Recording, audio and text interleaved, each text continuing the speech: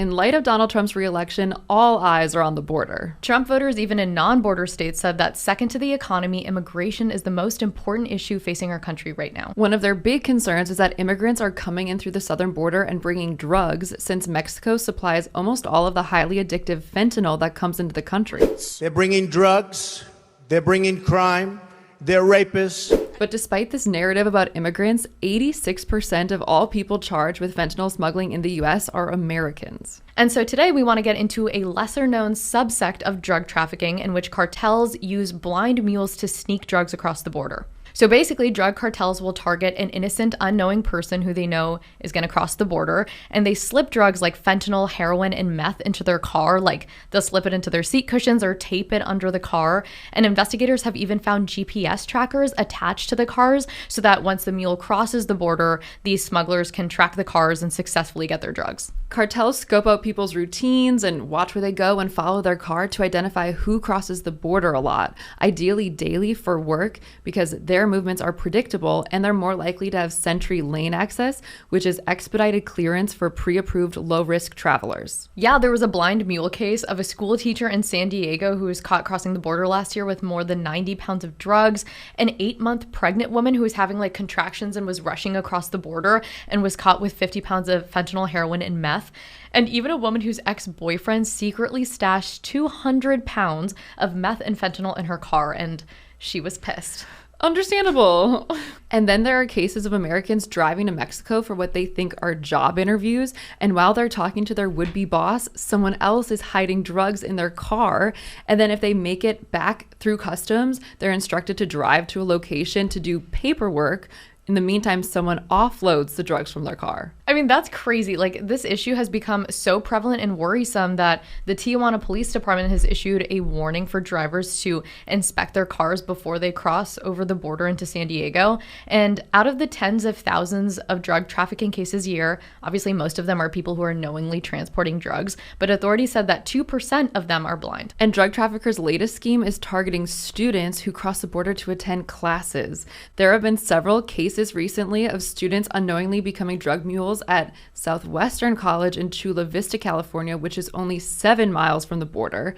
So many students commute from Tijuana, Mexico. So to learn more about this dark side to border town college culture, we spoke to Marco Borreno, who's the chief safety officer at Southwestern College. Like, how often do you have a case of a student being a blind mule? We've seen an influx or an increase of these cases in, I want to say, the past 2 years. Ever since COVID and everything else, the border got a little bit more restrictive when it comes to checkups. This increased the actual necessity of getting drugs across. We are creatures of habit. We usually park at the same location. We usually take the same classes. We pick the same lots. It's really easy to identify the car, put the items inside the vehicle, track that car where it parks on a daily basis, and just use that to pick your contraband each and every day. And you said that a few students this year at your school were caught in this and were, blind drug mules. The 2 cases that we have with students, the most recent cases, actually they picked it up on their phone. So the phone notified them there was a tag, unrecognized tag within their vicinity, and they came down to our department to check it. And sure enough, it was attached there. We were able to check footage and everything else. The package was already collected in this particular case. Imagine like a Target bag in the back seat, something like that. And you would get inside your car in the morning, drive to work, never checking your back seat, and they're accessing these vehicles. And they access the vehicles the same way here, without keys or anything. They have these devices, right? Especially in all newer vehicles. They have these sensors. They're able to unlock the cars. It's super interesting to hear the details from Chief Borreno, and I can't imagine how terrifying it would be to find yourself as one of those students. The chief also told us that during orientation, campus police warn students about the dangers of becoming a blind mule, especially the students coming from Mexico. And they encourage students to park their cars in a garage or a gated area. And the drug that's primarily being transported is fentanyl, which is a synthetic opioid that's 100 times more powerful than morphine. And it's really serious. It's a scary drug. You can die from ingesting just a couple milligrams, which is the amount that fits into the tip of a pencil. And in the past 5 years, fentanyl has become the leading cause of death in young adults, killing more young Americans than guns and car accidents combined. Ugh. And fentanyl is the ideal drug for this type of smuggling because small amounts can fetch huge profits. Like 1 kilogram of fentanyl can go for as much as $640,000. And I mean, that can fit in someone's breast pocket or the glove compartment of a car. So there's no need for boats or planes or tunnels, which is usually required for moving tons of supply. But what's interesting is that Customs and Border Protection says that almost all fentanyl that's found at the southern border comes through cars, but only 8% of cars or personal vehicles are getting scanned. Yeah, that seems low, but I guess there are 90,000 cars coming through the border every day, so it's not like they can have a million drug-sniffing dogs running around. That's true. And another issue is that basically everyone who's found transporting drugs across the border is like, I didn't know the drugs were there, like the drugs weren't mine. Everyone says that, so it's really hard to tell who is a blind drug mule versus a legit drug trafficker. Yeah, we spoke to the Department of Justice, and they said they have an extensive investigative process to discern who's a real blind mule and who's just trying to save their ass. They review seized evidence, they interview potential witnesses, and they seek proof that either corroborates or dispels someone's claims. Yeah, they basically said that many young people end up pleading guilty and saying that their initial denial was false.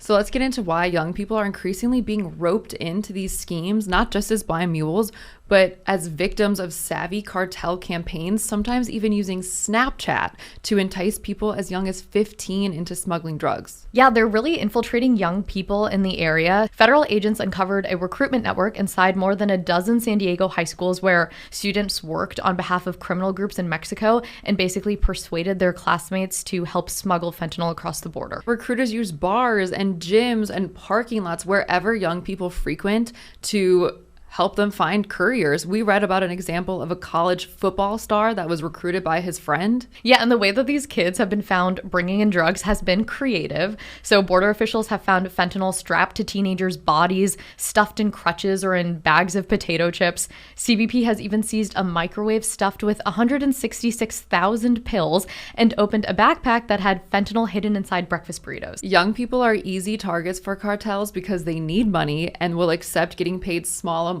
or unconventional payments, like sometimes an iPhone or an Android is their form of payment. Which is really sad. I mean, CBP has said that these smugglers prey on naive young people who don't really know what they're getting themselves into. And like you said, many of them are in financial hardship. The recruiters all pitch relatively the same thing. They say that they'll pay between $1,000 to $10,000. But if you're busted for having fentanyl, you're looking at least 5 years behind bars or more, depending on how much you have, which is why the Drug Enforcement Administration started a program to educate high school students about the risks of smuggling. And federal law enforcement has put up billboards in border towns urging teens not to bring drugs across the border. And as we were reading through these cases, we were shocked to see not only the way that these operations recruited kids, but even their tactics to directly sell drugs to kids have been very inventive. To quote the DEA, no longer confined to street corners and the dark web, criminal drug networks are now in every home and school in America because of the internet apps on our smartphones, which they call a one-stop shop to market, sell, buy, and deliver deadly, dangerous drugs. The DEA made this guide to identify code words and even emojis that sellers use to secretly communicate that they're selling drugs. And we have some favorites. Ren, please share. We didn't know heroin is heart dragon emoji. Meth is crystal ball, blue heart, diamond, beaker emoji. No idea. Adderall is A-train emoji. Universal for drugs is a maple leaf. What does that mean? Don't know why.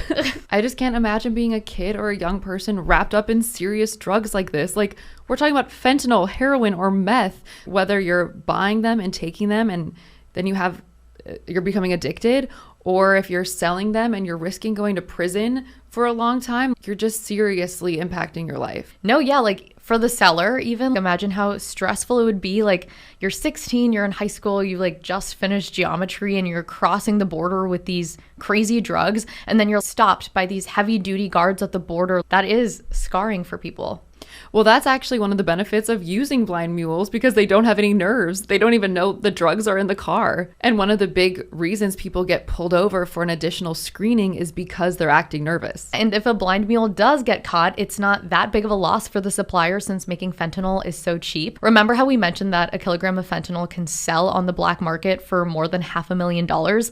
Well, it actually costs a cartel roughly $800 to make it. That's nothing. And they save money on the couriers because it's a free transport and someone just gets it on the other side. Blind mules have also been in the news a lot this year. So this past June, the Supreme Court ruled against a woman in California who is convicted of smuggling drugs across the US-Mexico border and claimed she had no idea that there were over $300,000 worth of drugs hidden in the door panels of her car. But unfortunately for her, the courts didn't believe that she was blind to the drug trafficking, and she was sentenced to 7 years. And this gets to a big issue. Like, even if someone is a blind mule, there's a huge burden of proof on their shoulders. Yeah, it can be hard to tell who's telling the truth in these situations, so actual blind mule victims end up having to pay the price for how long it takes to be investigated. We saw an example of a blind mule whose car had to be in custody for months, someone who's wrapped up in litigation for a really, really long time.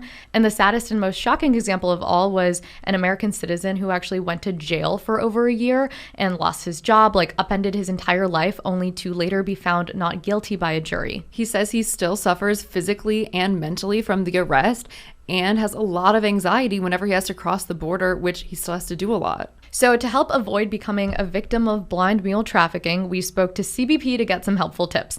So make sure to park your vehicle in a well-lit and secure area, lock your doors, roll up your windows, always inspect your car before crossing the border, and make sure to switch up where you park or your routine so you can't be tracked. And keep an eye out for anyone loitering around your car or if your car starts to make unusual noises.